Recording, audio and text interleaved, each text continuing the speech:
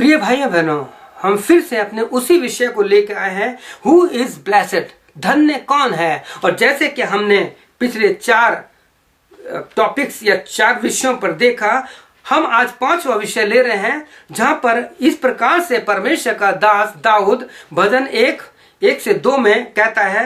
और जैसे कि आप जानते हैं, हमने शुरू में भजन संहिता 1 पढ़ा था, Psalm 1 वी हैव रेड, हमने पढ़ चुके हैं। लेकिन ये भजन मुझे इसलिए अच्छा लगता है क्योंकि इसका प्रारंभ जो होता है धन्य से शुरू होता है। कहता है क्या ही धन्य है वह पुरुष।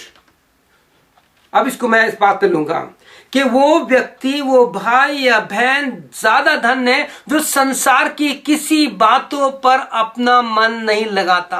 क्योंकि वचन में लिखा है, ना तो तुम संसार और ना संसार की वस्तु से प्रेम करो। और वास्तविकता प्रभु के वचन में लिखा है, कहता है कि जो कुछ है ये पाप है, शरीर की अभिलाषा है, आंखों की अभिलाषा है, जीवी का घमंड है, मेरे पास ये भी हो, मेरे पास ये भी हो, कभी भी सेटिस्फेक्शन नहीं मिलेगा। तो कहते हैं ये संसार की ओर से है, परमेश्वर की ओर से नहीं। अगर आप संसार के जैसा ही चलते हैं और संसार के जैसे अपने आप को बनाते हैं, मैं फेसबुक पर देखता हूं जो चर्च के अच्छे अच्छे लीडर बने हुए हैं, वो फिल्मी गाने रखते हैं, उनका बॉलीवुड से साथ नहीं छूट रहा। पता नहीं क्यों इन दुनिया के जो लोग हैं, जो आकर्षण करके लोगों को अपनी तरफ खींचते हैं, उनके पीछे पड़े। प्रिय भाइयों बहनों, मैं आपको एक कहानी सुनाता हूं। ये उनके लिए जो फिल्मों के पीछे, एक्टरों के पीछे पागल हैं, जो इनके पीछे लगे हुए हैं, लोगों के अपने पर्सनल एक्टर हैं, एक्ट्रेसेस हैं, उनके फोटो अपने पास रखते हैं, अपने फेसबुक पे रखते हैं, अपनी किताबों में रखते हैं। ये क्या है आज मैं बताना चाहता हूं। एक व्यक्ति जो था, जो धर्मी था, चर्च में आज बहुत से ऐसे लोग हैं जो अलग अलग चेयरमैनशिप में हैं, अलग अलग कमेटी में हैं, ना तो वो काम करते हैं ना करने देते हैं, और शो ऐसा करते हैं कि हम बहुत धर्मी हैं। एक बार ऐसा ही कोई व्यक्ति था, उसने कुछ ऐसा छोटा सा गलती काम कर दिया, अच्छा काम कर दिया होगा, और आखिरी समय उसने प्रार्थना की होगी, बच गया और वो स्वर्ग में चला गया। और स्वर्ग में जब गया तो वहां तो वही सारी आत्मिक बातें, ध्यान से सुनिए, आत्मिक बातें थी।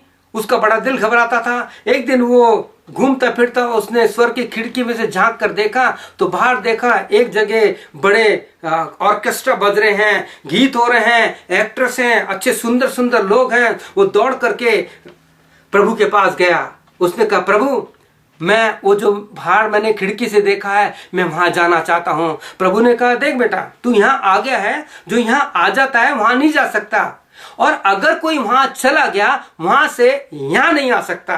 उसने कहा, नहीं प्रभु, मेरे यहां बहुत झीक रहता है, क्योंकि आज बहुत से लोग हैं चर्चेज में, उनको नींद आती है, बड़े बड़े पदले रखे, प्रभु के सेवकों को परेशान करते हैं, उनको परमेश्वर का वचन प्रचार रोकते हैं, सच्चा प्रचार। तो वो व्यक्ति प्रभु के पीछे इतना पड़ गया कि नहीं प्रभु, मुझे तो जाना ही है। और प्रभु यीशु ने कहा कि ठीक है भाई, ये जिद कर रहा है तो इसे भेज दो। स्वर्गदूतों को कहा, स्वर्गदूतों ने उठाकर उसे उस जगह फेंक दिया। और जब वहां गया तो वो स्टेज के पीछे नहीं, स्टेज के पीछे जाकर दूतों ने फेंका। और जब उसने पीछे का दृश्य देखा तो उसने पाया कि वहां तो लोगों को दंड मिल रहा है, लोगों को मारा जा रहा है, आग में जलाए तड़प रहे हैं।